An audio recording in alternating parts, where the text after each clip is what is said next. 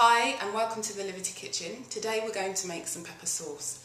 I'm about to go and see a friend of mine. She's feeling a bit down because of the winter blues, so I thought I'd add a little bit of Caribbean spice to her day.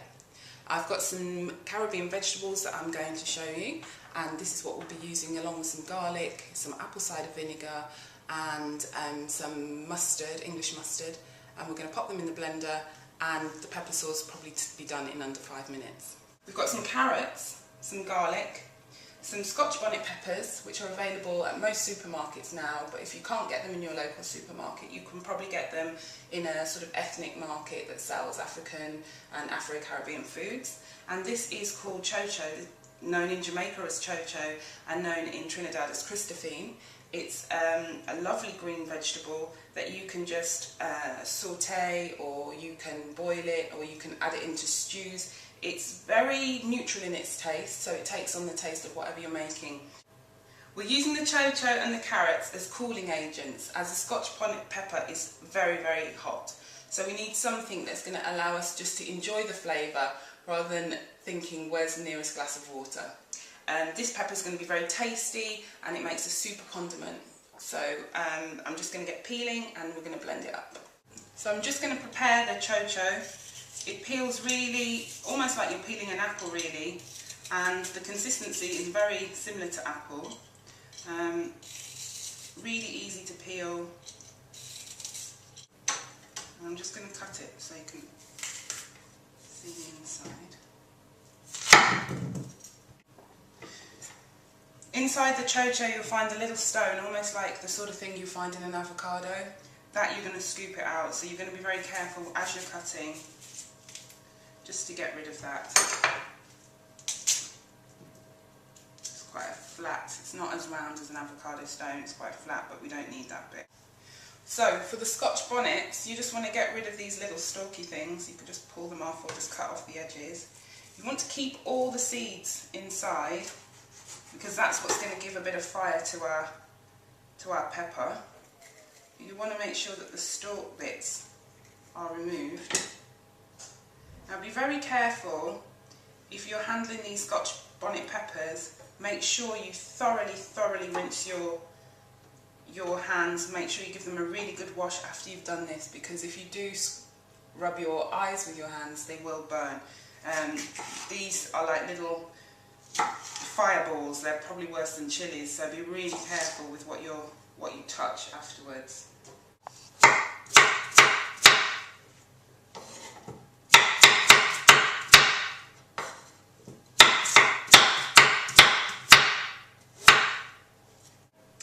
Okay, so we've put into the blending jug the carrots. I've put 4 cloves of garlic, and I'm just going to add the pepper. There are about 6 or 7 Scotch bonnet peppers that I've just chopped up. There's 2 large carrots, 1 chocho or Christophine.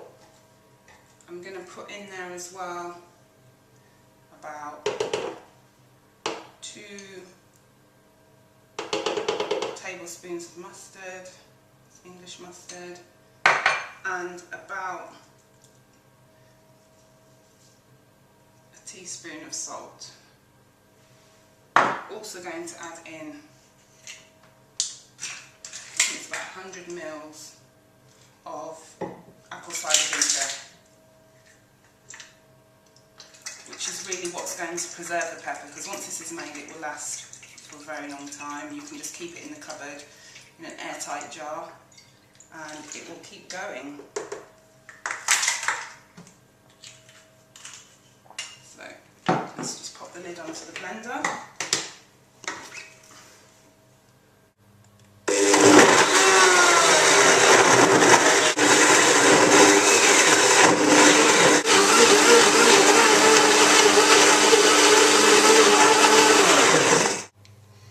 So I've blended it all through, got quite a nice consistency. It's smooth, but it still does have some texture. And the good thing about this pepper is it's super quick to make.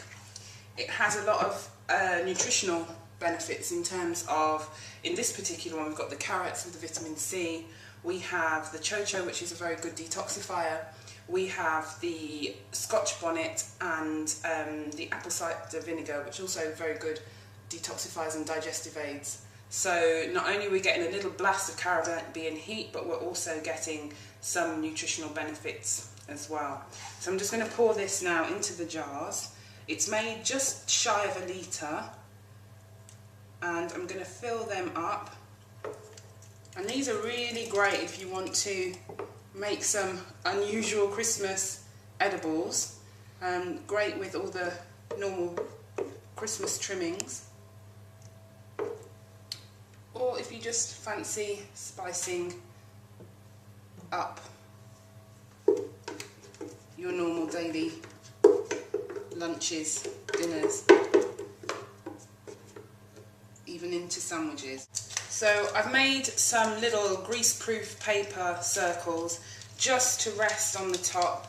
That just keeps excess air out, and it will just help the pepper preserve for a little longer. I mean, to be fair, it lasts quite a long time anyway. I've never known pepper go off. So this one in particular, it's quite good to put it in this little jar because it only filled halfway. So it just protects the pepper from all that air that's in the jar. I'm just going to close this up. And I think I can take this to my friend. I think this will be something that will cheer her up. Thank you for watching. I hope you enjoyed the recipes, and for more things like this you can look at www.thelivity.com.